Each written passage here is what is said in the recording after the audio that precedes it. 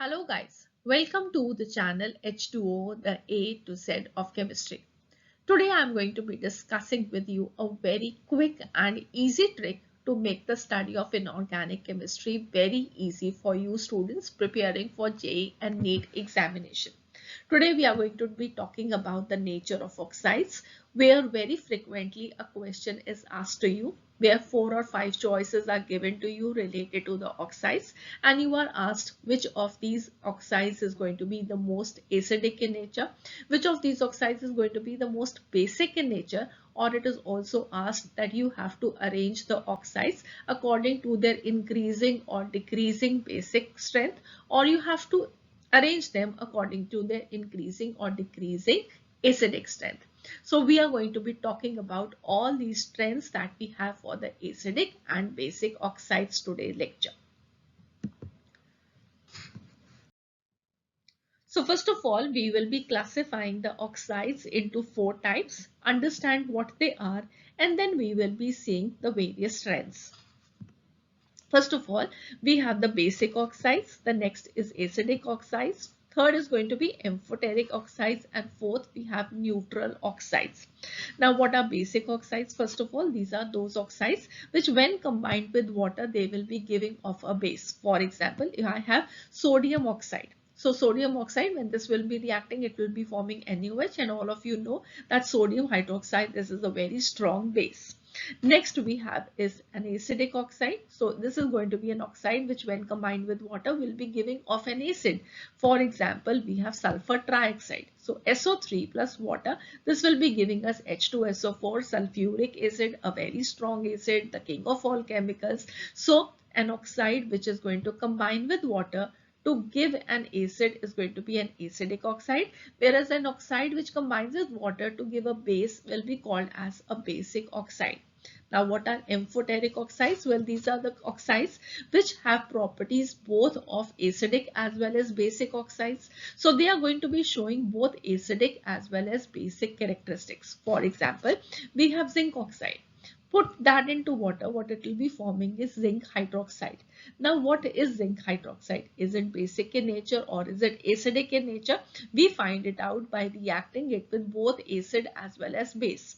First of all, we see the reaction of zinc hydroxide with NaOH. It forms sodium zincate and water.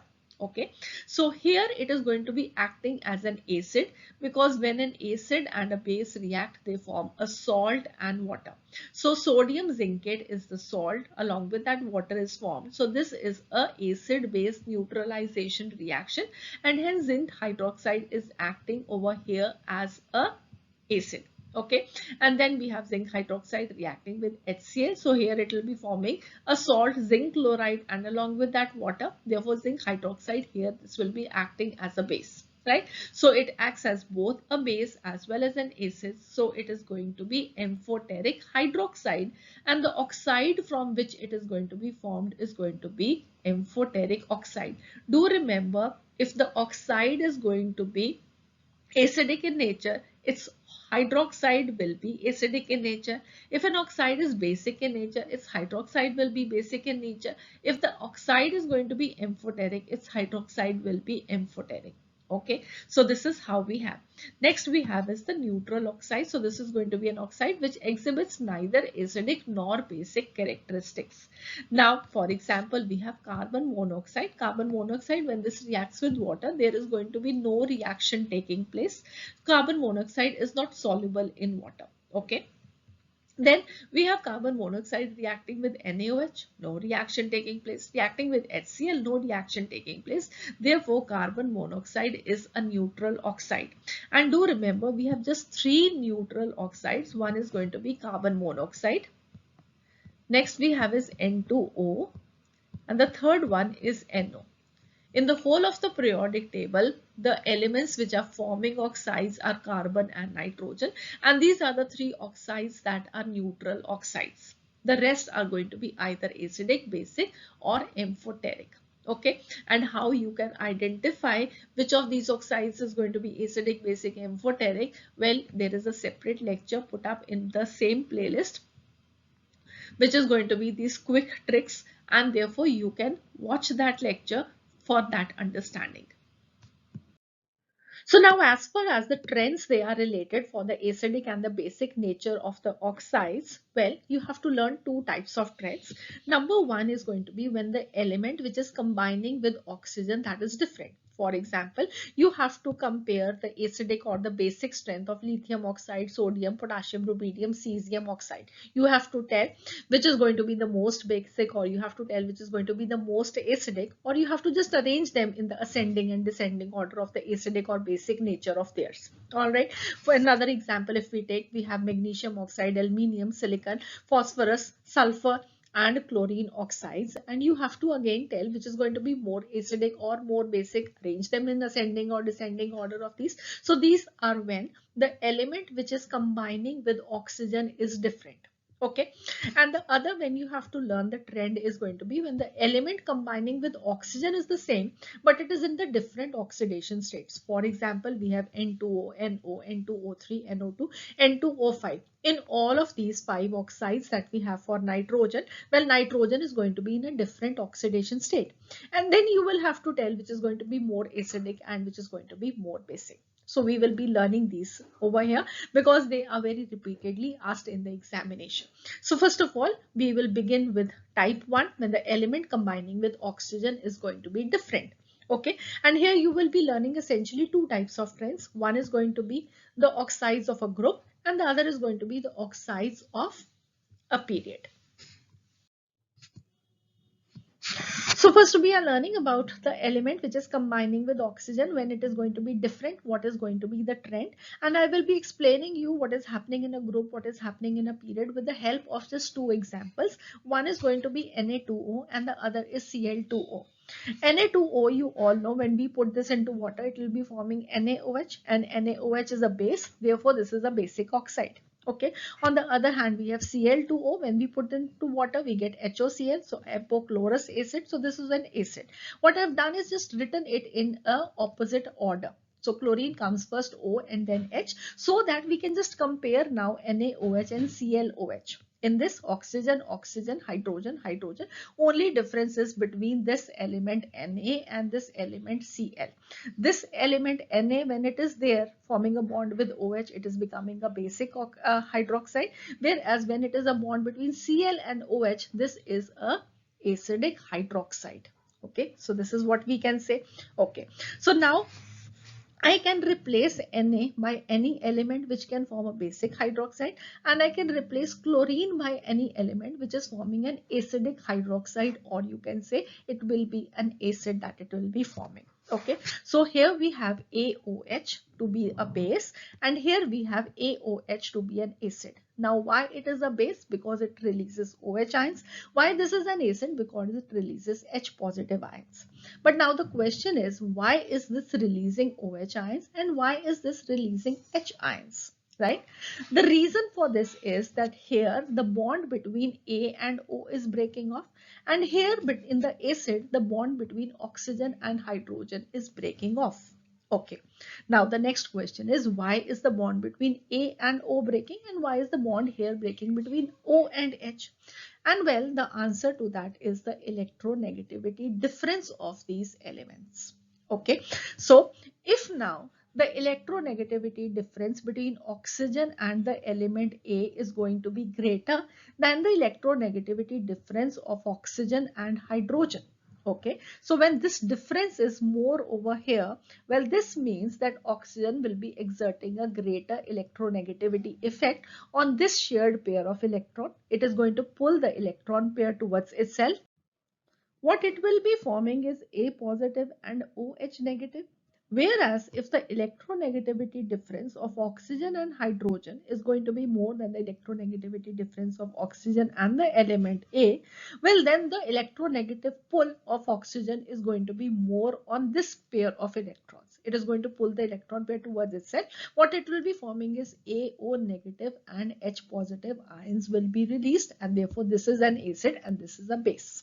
Okay, now let us put this.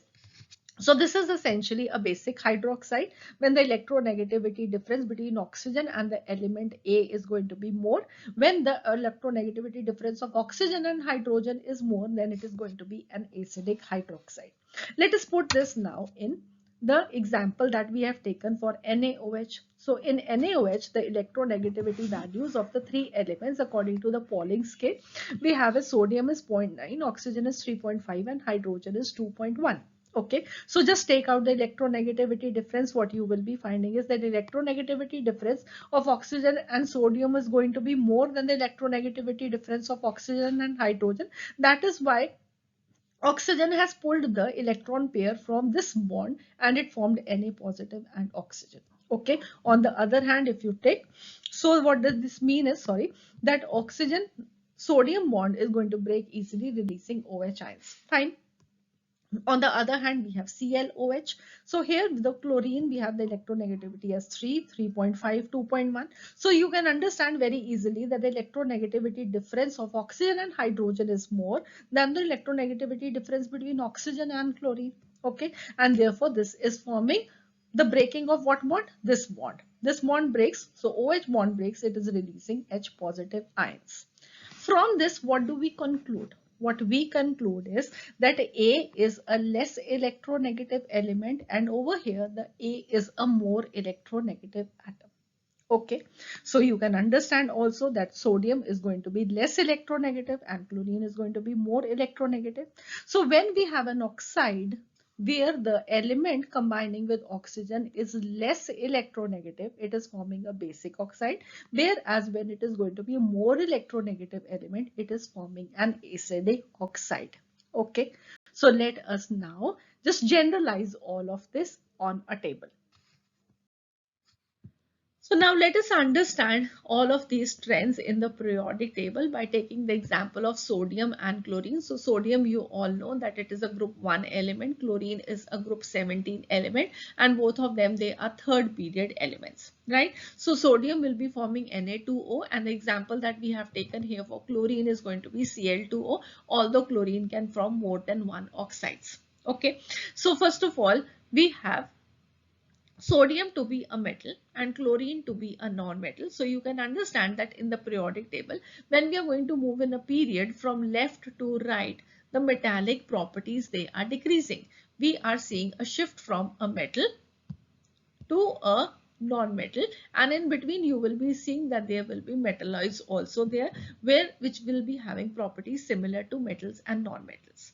Now for metals, we know that they have a tendency to lose electrons very easily, whereas non-metals, they have a tendency to gain electrons. They do not want to lose their electrons, and well, you all know that in a period, therefore, the ionization enthalpies, they are going to increase. We also understand that in a period, the nuclear charge is increasing, the electrons are adding into the same shell, so the ionization enthalpies, they increase.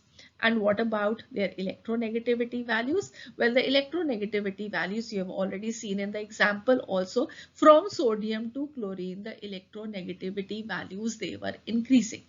Now when the combining element is sodium and oxygen, the electronegativity difference is going to be more. And when the combining element is going to be chlorine with oxygen, the electronegativity difference is going to be less.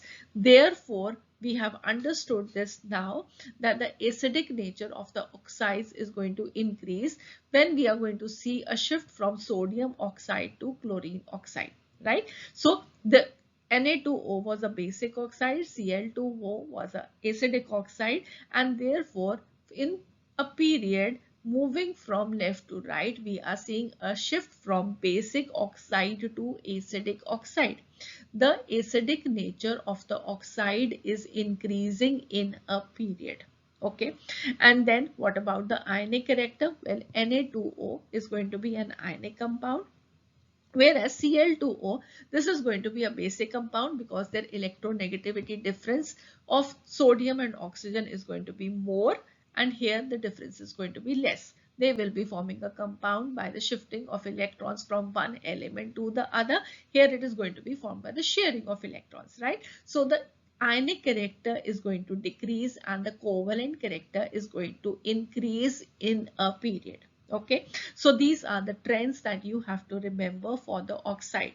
The acidic nature is increasing, the basic nature is decreasing, the ionic character is decreasing, the covalent character is going to increase in a period. Okay, next we see in a group. So again, you can understand that as we are going to move from top to bottom in a group, the metallic properties they increase, and that is because the ionization enthalpy values they are decreasing. The sizes are becoming large and the electron can be removed easily. The ionization enthalpies they are decreasing, and because the electropositive character is increasing, the metallic character is going to increase down the group.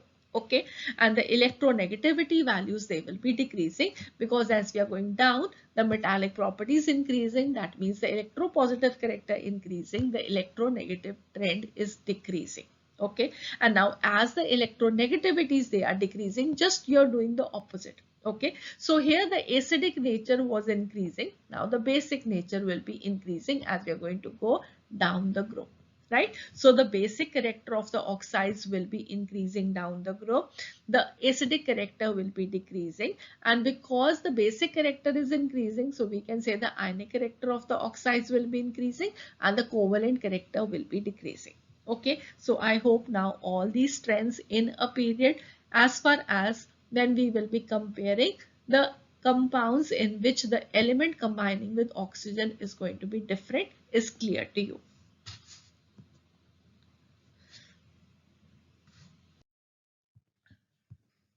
So from this, what we conclude, that is a longer period, the acidic nature of the oxides is increasing, and down the group, the basic nature of the oxides is increasing. For example, now, if you have to compare the third period oxides, so we have Na2O, MgO, Al2O3, SiO2, Pu2O5, SO3, Cl2O7.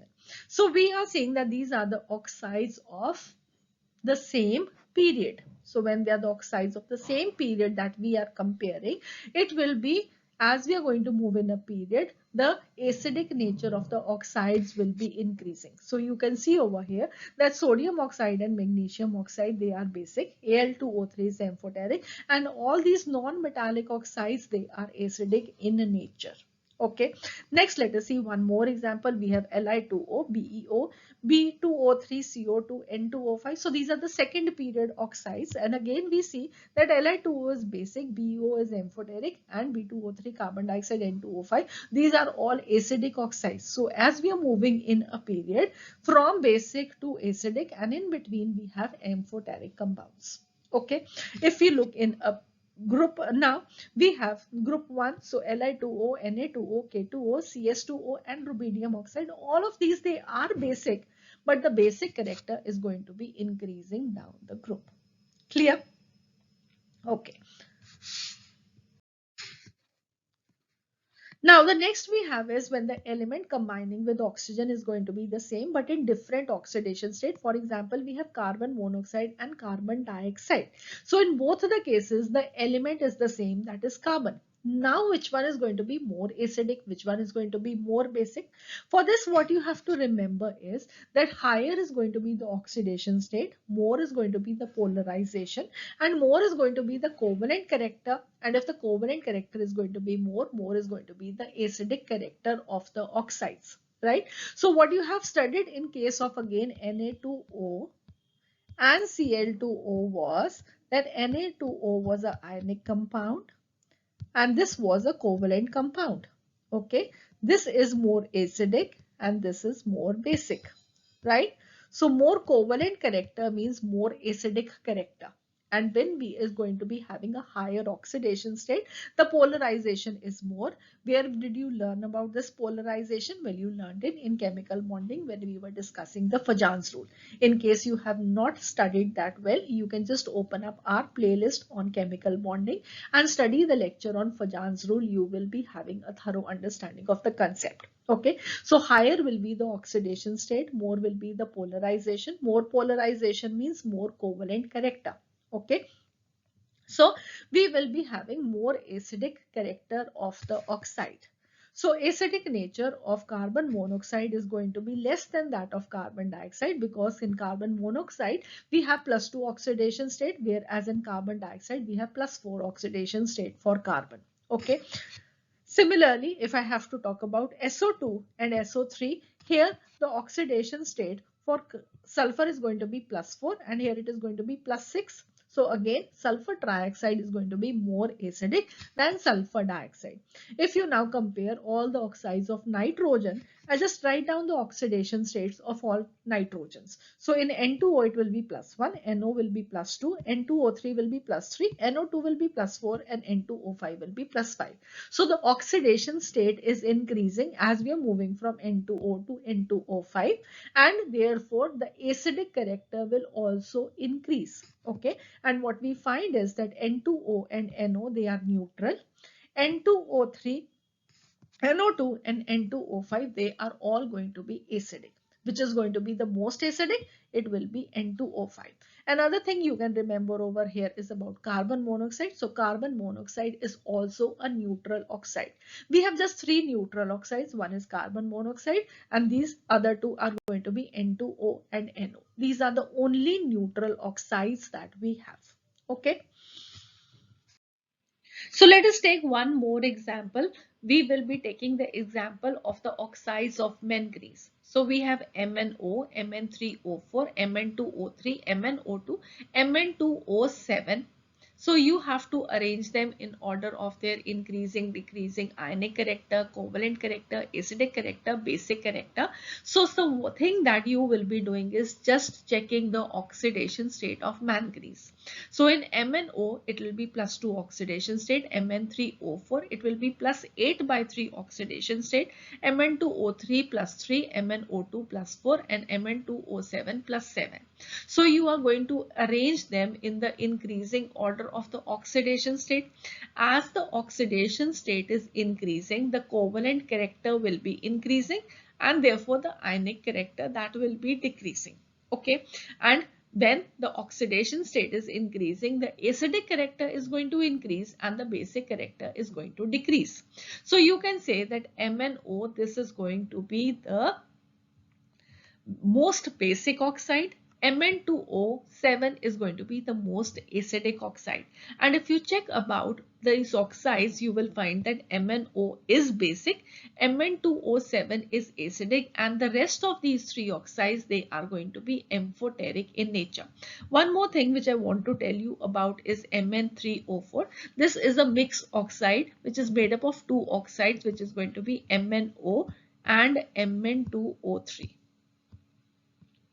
Okay, so this is a mixed oxide, and well, you now understand, I hope, the trends for the ionic character, the covalent character, the acidic as well as basic character of all these oxides, whether they are going to be in one period, whether they are going to be of a group, or it is going to be the element which is going to be in the different oxidation states. So that would be all for this lecture. I hope now all the concepts, they are clear to you, and in the upcoming lectures we are going to be coming up with more tricks, more concepts and more questions. So please do subscribe to the channel, click on the bell icon if you have liked this lecture, so that you get a notification the moment we put up the next lecture for you. Also, if you like the lecture, please do click on the like link and also do share it with your friends. And well, if you have any doubts related to the lecture of today or anything related to chemistry, please feel free, put your doubts in the comment section. We will be gladly helping you people out. And also, if you're not able to put your doubt in the comment section, you can also mail that to us at h2chemistry@gmail.com. We are going to be very eager to help you all people so that you can excel really well in your examination. So see you again. Have a nice day. God bless you.